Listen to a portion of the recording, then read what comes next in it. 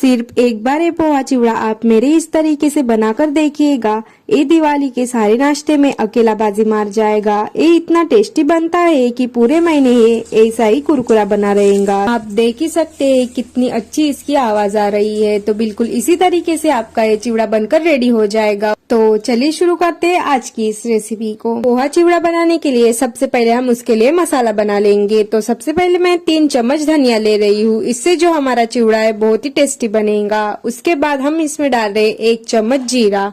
उसके बाद मैं इसमें डाल रही हूँ 1 चम्मच लाल मिर्च पाउडर, आधा चम्मच हल्दी पाउडर, आधा चम्मच रेगुलर वाला नमक डालेंगे और 1 चम्मच हम काला नमक डालेंगे और 1 चम्मच चीनी डालेंगे। इससे जो हमारा मसाला है बहुत ही टेस्टी बनकर रेडी हो जाता है। तो अब हम इसे अच्छे से ग्राइंड कर लेंगे। तो मैंने इसे अच्छे से ग्राइंड कर लिया है। तो चिवड़ा बनाने के लिए हमारा मसाला जो है बिल्कुल परफेक्ट बना है। तो इस चिवड़े को बनाने के लिए मैंने 1 कप जार पोहे लिए है, जिसे अच्छे से छान लिया है। तो मैंने गैस पर कढ़ाई में तेल गरम होने के लिए रख दिया है, जिसमें मैंने आधी कटोरी मूंगफली डाले हैं। तो इसे अच्छे से भून लेंगे। तो बिल्कुल इसी तरीके से लो टू मीडियम आंच पर हमें इस मूंगफली को अच्छे से भून लेना है। तो मूंगफली अच्छे से भून चुकी है। तो अब हम इसे एक प्लेट पर निकाल लेंगे। तो अब हम इसमें डालेंगे दलिया, जिससे कि हमारा चिवड़ा बहुत ही ज्यादा टेस्टी बनेगा। तो इसे भी हम अच्छे से फ्राई कर लेंगे। तो इसी तरीके से लो टू मीडियम आंच पर हमें इसे अच्छे से फ्राई कर लेना है।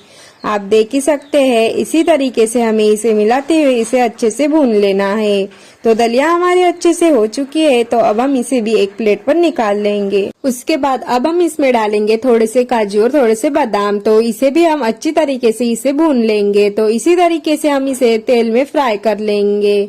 ऐसे ही 2 मिनट तक हमें इसे भून लेना है। हमें इसे ज्यादा नहीं भूनना है। तो काजू और बादाम अच्छे से भून चुके हैं। तो अब हम इसे एक प्लेट पर निकाल लेंगे। अब मैं इसमें डाल रही हूँ थोड़ी सी किशमिश। किशमिश जो है हमारी ऑयल में जाते ही फूलने लगती है। आप देख ही सकते हैं थोड़ी ही देर में अच्छे से फूलने लगेंगी। आप देख ही सकते हैं कितनी अच्छी तरीके से हमारी ये किशमिश फूलकर रेडी हो चुकी है। तो अब हम इसे निकाल लेंगे। पर जब हम इसे प्लेट पर निकाल लेंगे तो ये पहले जैसे ही बन जाएंगी। तो इसी तरीके से हम सारी किशमिश को निकाल लेंगे। अब हम इसमें डालेंगे कड़ी पत्ता, जिससे कि हमारा चिवड़ा जो है बहुत ही टेस्टी और बहुत ही स्वादिष्ट बनकर रेडी हो जाएगा। तो इसे अच्छे से भून लेना है हमें। तो इसे अच्छे से कड़क होने तक अच्छे से इसे हमें भून लेना है। कड़ी पत्ते से हमारा जो चिवड़ा है बहुत ही टेस्टी बनकर रेडी हो जाता है और एक खाने में बहुत ही लाजवाब लगता है। तो कड़ी पत्ता जो है हमारा बिल्कुल रेडी है। आप देख ही सकते हैं बिल्कुल इसी तरीके से हमें इसे अच्छे से कड़क करके ले लेना है। तो इसी तरीके से हम सारे कड़ी पत्ते को निकाल लेंगे। तो मैंने सभी को अच्छे से भून लिया है। तो अब हम चिवड़ा बनाने के लिए पोहे को हमें फ्राई करना होगा। तो गैस का फ्लेम हमें हाई पर रखना है, तभी हमें इस पोहे को डाल लेना है। तो इसी तरीके से हमें थोड़े थोड़े पोहे को डाल देना है।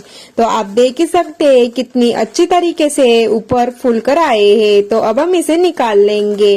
बिल्कुल क्रिस्पी से हमारे पोहे बनकर रेडी हो चुके हैं। तो बिल्कुल इसी तरीके से आप इसे कीजिएगा। आप इस बात का जरूर ध्यान रखिएगा कि गैस का फ्लेम हमें हाई रखना है, वरना हमारे जो पोहे अच्छे से फूलेंगे नहीं और ये बिल्कुल ऑयली ऑयली बन जाएंगे।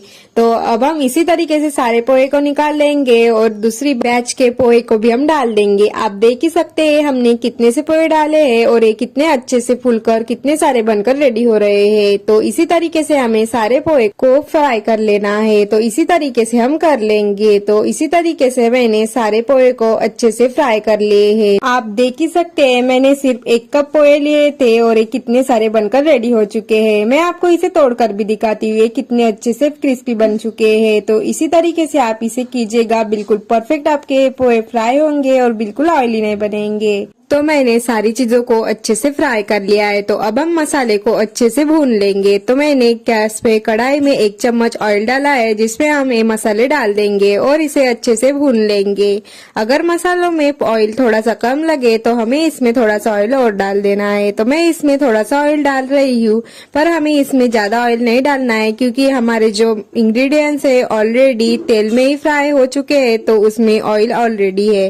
तो हमें इसमें ज्यादा ऑयल नहीं डालना डालना है। बिल्कुल इसी तरीके से हमें इसे करना है। तो अब हमने जो पोहे को अच्छे से फ्राई किया था उसे डाल देंगे। बिल्कुल परफेक्ट हमारे पोहे अच्छे से भुनकर रेडी हो गए हैं, आप देख ही सकते हैं। तो इसी तरीके से हम सारे इंग्रेडिएंट्स भी डाल देंगे। तो आप देख ही सकते हैं, बिल्कुल इसी तरीके से हमें इसे कर लेना है। तो अब हम इसे अच्छे से चम्मच की मदद से मिक्स कर लेंगे ताकि हमारे जो मसाले अच्छे से इसमें लग जाए। जब आप घर पर इस तरीके से चिवड़ा बनाएंगे तो आप मार्केट से चिवड़ा कभी नहीं लाएंगे। बिल्कुल टेस्टी सा ये चिवड़ा बनकर रेडी हो जाता है और ये खाने में इतना ज्यादा टेस्टी लगता है कि घर में बच्चे हो या बड़े बहुत ही चाव से खाएंगे और मेहमान भी पूछेंगे कि आपने इसे कैसे बनाया। आप इस चिवड़े को 1 महीने भी स्टोर कर सकते हो। आप इसे डिब्बे में भरकर रख दीजिए। बिल्कुल परफेक्ट आपका एक क्रिस्पी करारा चिवड़ा बनकर रेडी रहेगा।